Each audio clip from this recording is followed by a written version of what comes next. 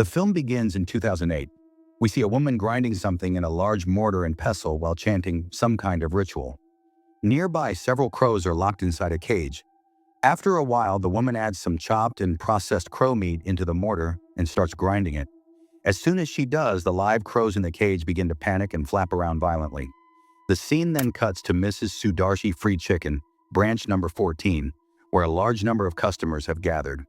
Seeing this, the owner, Mrs. Sudarshi, and her husband Taryati are extremely happy. Later that night at home, Sudarshi is cutting a dragon fruit while her husband is washing dishes. Suddenly, she notices a crow nearby. The moment she sees it, something strange starts happening to her, and she slowly begins moving toward her husband with a knife. It's clear from her expression that she is completely out of control. Taryati, unaware of what's happening, thanks her for all her hard work and says that their happiness today is because of her efforts. Just as Sudarshi is about to attack him, she suddenly regains her senses.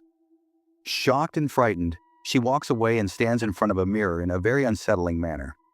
As her husband approaches and places his hand on her shoulder, she suddenly collapses unconscious. Terrified, Taryati calls out to their two daughters, Maya and Woolen, for help. At that moment, Sudarshi opens her eyes and starts behaving strangely, saying, "My eyes are closed. No one can save me." The scene cuts to 2 years later. We see Dr. Ronnie, who tells Taryati that it's time to go home. His family is waiting for him. They then head back. Now we see Taryati's two daughters, Maya and Woolen.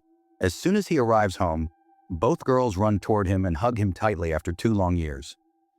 Taryati is overjoyed to see how much his younger daughter, Woolen, has grown. Maya thanks Dr. Ronnie, her uncle, for bringing their father back.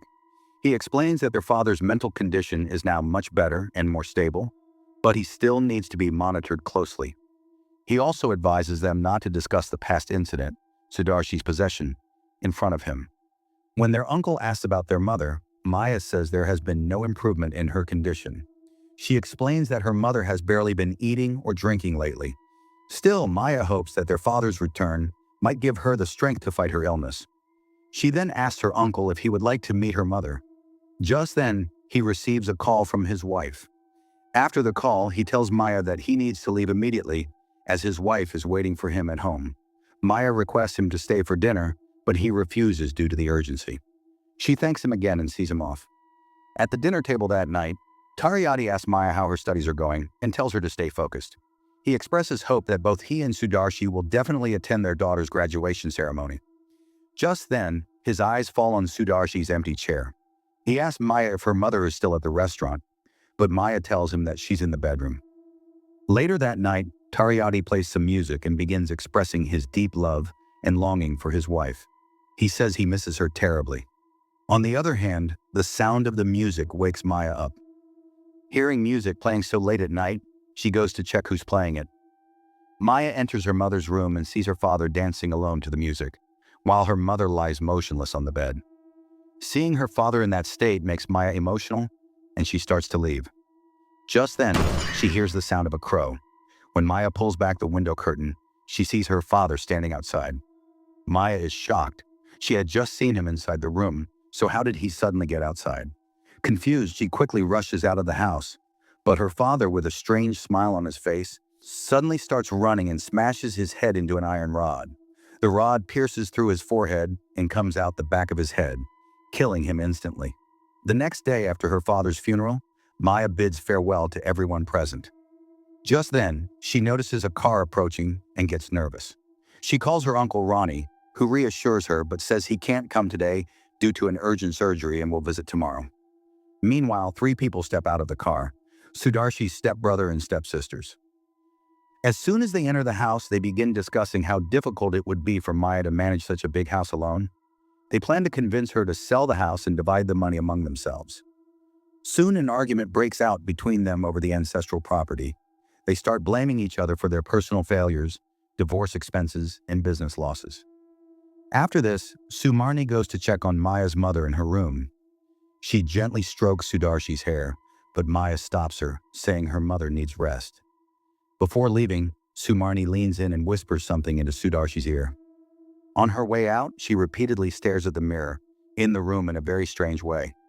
As Maya wipes and takes care of her sick mother, she becomes emotional. She says she deeply misses her mother's voice, even her scolding, and begs her to fight this illness and recover soon. The younger sister, Woolen, comes in and asks about their mother's condition. Maya reassures her and tells her to ask Uncle Ronnie about it when he arrives. After that, Maya speaks to Sudarshi's siblings and asks them to leave, explaining that she needs to take care of her mother. This immediately angers Susip, who lashes out and accuses Maya of being disrespectful. Bombang insists that, as a family, they've come to share in the grief. They try to reason with Maya, saying that even though this isn't the right time, there are still some important matters they need to discuss. Susip then argues that a large amount of cash is urgently needed for their mother's treatment. So he suggests that selling the house, splitting the money, and moving into a smaller place would be the smartest decision. But Maya firmly refuses, saying that whether to sell the house or not is a completely personal family matter. In anger, she adds that if they really want the house, they'll have to wait until her mother recovers. Not wanting to escalate things further, they agree to leave. On their way out, they discuss how Maya's mother isn't improving and how the situation is becoming more complicated. It's clear they're more worried about their own benefit than anything else. Meanwhile, Sumarni reveals Sudarshi's hair, which she secretly pulled out when they met. That night, as they sleep, Woolen starts missing her father.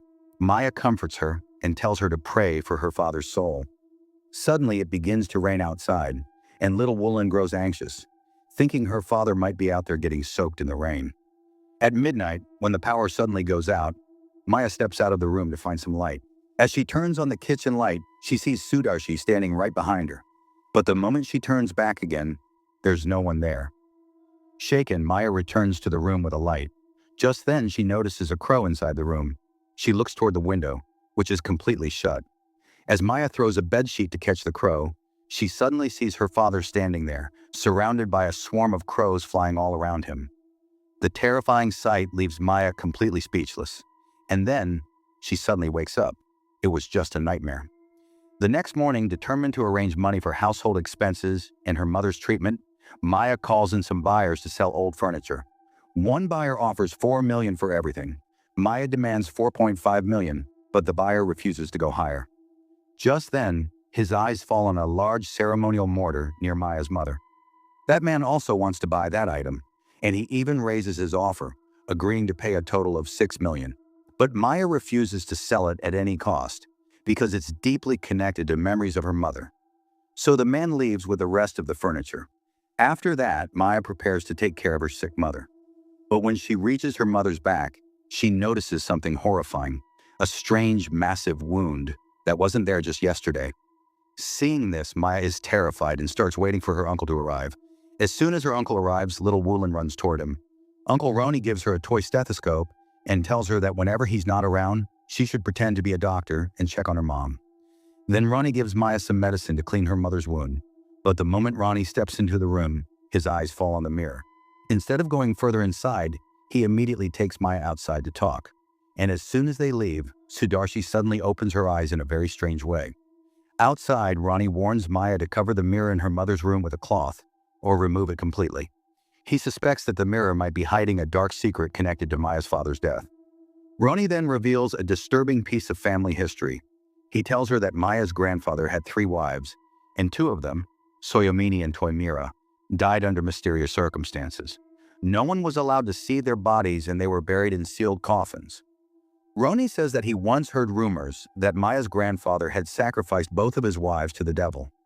At first, he didn't believe it, but one day he overheard his own father taking a strange oath in front of their graves.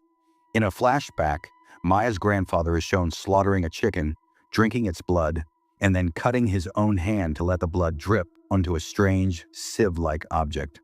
After that, he lies down over a ritual setup and keeps chanting over and over like a mantra. "Take me with you, forever."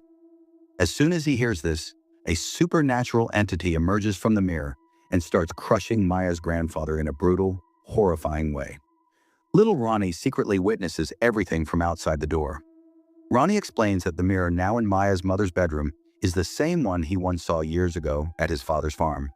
He reveals that the entity's name is Perewangan. Ronnie explains that his father, driven by greed for wealth, had kept a demonic entity that required regular human sacrifices. Maya's terrified and asks what all this has to do with her mother. Before Ronnie can answer, he receives a call from his wife, Yani. He hides the truth about being at Sudarshi's house and lies, saying he's checking on a patient and will return home soon. Maya realizes he didn't tell his wife the truth. Ronnie promises to help her and tells her to call him if she's ever in danger. As he leaves, he reminds her once again to keep the mirror covered. Right then, we begin to feel the presence of the Perewangan demon inside the house. Following her uncle's instructions, Maya goes to cover the mirror. But as soon as she opens the door, she sees the demon standing right behind her mother. Terrified, she immediately shuts the door and tries to call Ronnie, but he doesn't answer. Meanwhile, Woolan insists on going to check on her mother with her toy, but Maya stops her. Suddenly, their mother calls out to Woolan. Hearing her voice, Woolan runs straight into the room. Maya, trembling with fear, slowly walks toward the room. Gathering her courage, she steps inside and sees her mother affectionately holding Woolan. In a strange tone, her mother asks Maya to bring her a kabaya, a traditional dress. Despite her fear, Maya takes it out of the wardrobe and hands it to her. Then cautiously, Maya checks her mother's back and is shocked. The large wound that was once there has completely healed in a very unnatural way. Maya is stunned. Her mother then asks her, "Aren't you happy to see me healed?" Meanwhile, Ronnie speaks with a shaman. He is certain that Perewangan is behind everything because, as a child, he once saw that very demon devour his father. He asked the shaman to come immediately. Later, Ronnie stops his car at a railway crossing due to a signal. Just then, his wife calls him, but the moment he answers, he is left speechless because the voice on the other end isn't his wife's, it's the voice of the Perewangan demon. Hearing this, Ronnie falls into a hypnotic trance. He gets out of the car and walks straight onto the railway tracks, just standing there. At that moment, a high-speed train comes rushing in and crushes him, killing Ronnie instantly. Meanwhile, Maya dresses her mother in that special outfit, and both sisters hug her tightly. Maya's mother then says she wants to see herself in the mirror, so Maya helps her stand in front of it. Later that night, when Maya wakes up, she notices that Woolan is not in bed. As she goes outside searching for her, she sees someone who looks like Woolan, covered in a bedsheet, standing in a very strange way. The moment Maya pulls off the sheet, Woolan suddenly jumps and scares her. Woolan tells Maya that she's playing with their mother, then runs back into her mom's room. Nervously, Maya follows her, but just then, behind Maya, we again see someone under the bedsheet who disappears the very next moment. Anyway, when Maya enters the room, she sees Woolan pretending to be a doctor and checking their mother. Sudarshi then asks why Uncle Ronnie hasn't been coming anymore. At that exact moment, Maya gets a call from her aunt. As Maya steps outside to take the call, Sudarshi starts laughing in a very strange, unsettling way. As soon as Maya answers, her aunt bursts out in anger. She reveals that her husband has died. She starts cursing Maya's family, calling them cursed and blaming them for everything. Hearing about Uncle Ronnie's death, Maya breaks down in tears. The next day, Sumarni, Susipto, and Bam Bang are returning from Ronnie's funeral. Susipto is furious because Ronnie's wife threw them out of the funeral. Now all of them are terrified. First Maya's father and now Ronnie, dying one after another under mysterious circumstances. They begin to fear who in the family will be next. As they start accusing each other of being the next target based on age, an argument breaks out between them. Just then, they narrowly escape a horrific accident.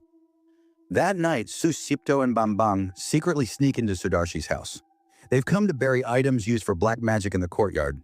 But as soon as Susipto starts digging the ground, we see a strange woman standing behind them, watching their every move from a distance.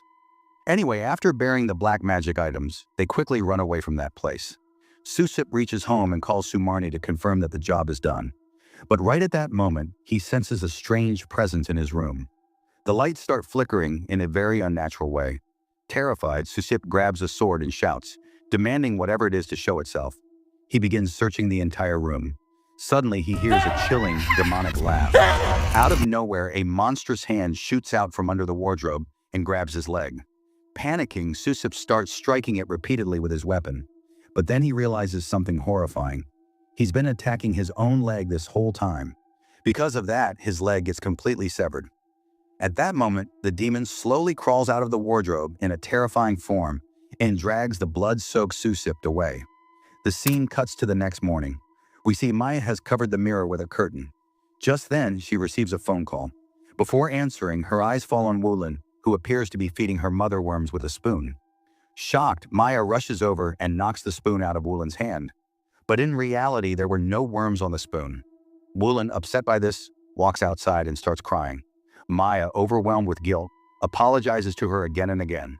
She emotionally confesses that she has no one in her life except Wulan. Wulan makes Maya promise that she will never yell at her again.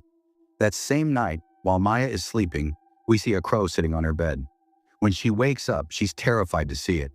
Then she feels something under her pillow. As she lifts it, she finds a dead crow. The crow looks brutally crushed, as if someone had smashed it to pieces. The sight makes Maya vomit, and horrifyingly, along with the vomit, the crow's intestines and feathers come out. Seeing blood all over her face, she panics and rushes to wash it off.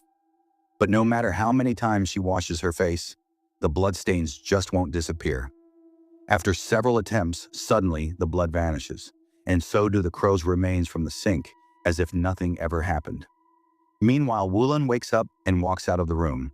And as Maya is coming back from the bathroom, she hears the sound of a crow once again.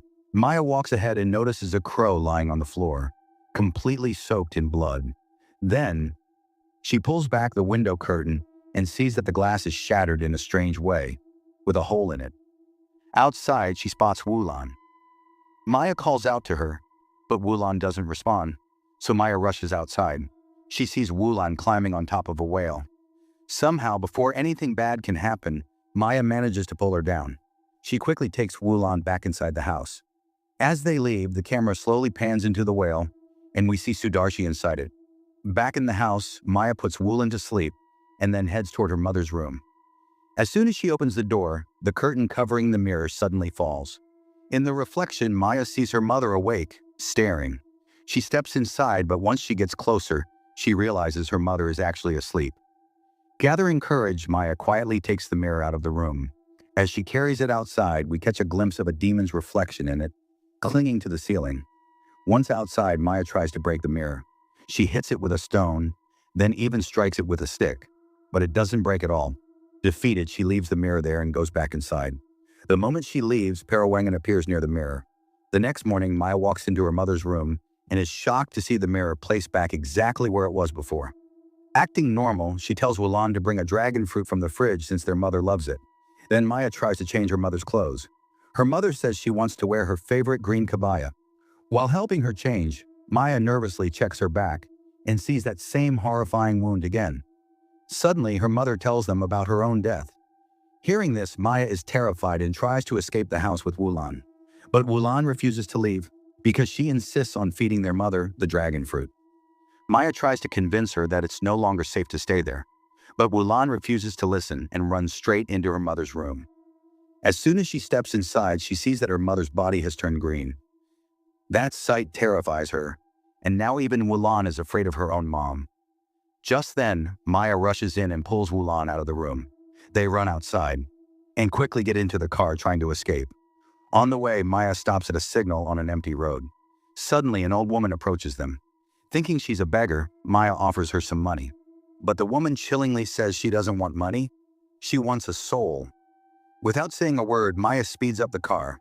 But suddenly, that same old woman appears again outside the moving car. Somehow, Maya and Wulan manage to get away and finally reach Aunt Samarni's house. Crying, they beg her for help, and she quickly lets them inside. Aunt Samarni reveals that while trying to help before, she already lost Susupto. That's why she told Uncle Bambang to run far away. Maya apologizes for everything and explains the horrifying changes in her mother, her skin turning green and her eyes glowing red. Then Aunt Sumarni drops a terrifying truth. She says the entity inside the house is no longer Maya's mother, Sudarshi, but something evil. She confirms that a dark spirit has possessed her body. Maya, helpless, asks what they should do now. Sumarni explains that for a long time, they wanted to get rid of that house because it was the same place where Maya's father first made a deal with the demon. She regrets that the cursed mirror should have been thrown into the South Sea long ago. When Sudarshi's restaurant business suddenly started growing in a strange way, Sumarni already had her doubts. She is now certain that Maya's mother summoned that demon again. In return, the demon demanded a sacrifice from someone close.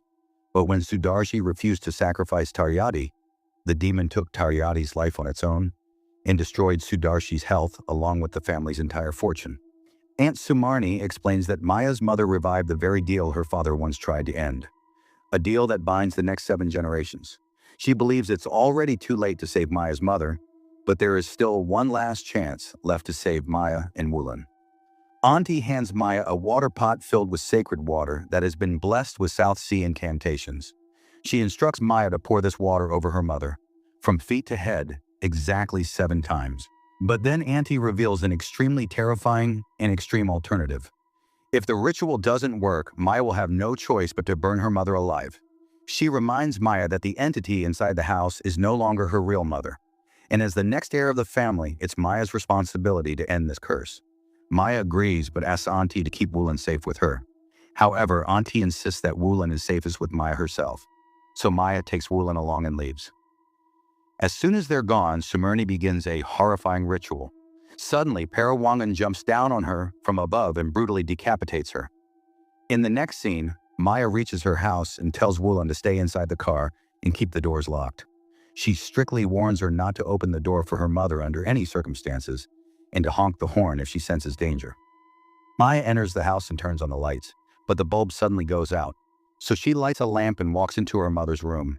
Following Auntie's instructions, she places the lamp down and begins pouring the water from the designated spot. Meanwhile, outside, Wulan sees someone approaching and, terrified, lowers her seat and shuts her eyes. The man comes closer and knocks on the car window. When Wulan opens her eyes, she sees Uncle Ronnie standing there. At the same time, Maya completes pouring the water 7 times. Just then, she hears a sound from outside. When she looks through the window, she realizes that Wulan has already stepped out of the car. At that exact moment, her mother awakens in a horrifying form. Meanwhile, Ronnie takes Wulan into the sacrifice room, but as soon as they enter, his true form is revealed. He transforms into a demonic figure resembling Wulan's grandfather and throws her into a massive mortar. Meanwhile, Maya runs to the spot and sees that Wulan is trapped inside a mortar, with her mother standing on one side and her grandfather on the other. Maya's mother orders her to kiss the hand of her dead grandfather. When Maya refuses, her mother points the heavy pestle toward Wulan, threatening her. With no other choice, Maya steps forward and kisses her grandfather's lifeless hand. Her mother then gently strokes her head. But at that exact moment, Wulan regains consciousness and lets out a terrifying scream. Hearing her scream snaps Maya back to her senses. She immediately attacks her mother and tells Wulan to run. Maya then begins crushing her mother inside the same mortar. Strangely, every injury inflicted on her mother also affects her dead grandfather's body. As soon as Sudarshi's body goes completely lifeless, her grandfather vanishes into thin air. As things calm down, the 2 sisters hug each other and rush to their car. Just then, they remember the mirror. Maya tells Wulan to stay in the car and gives her a strict warning not to step out under any circumstances. Wulan agrees. Maya enters the house, but the moment she touches the mirror, Perewangan attacks her from behind and knocks her unconscious.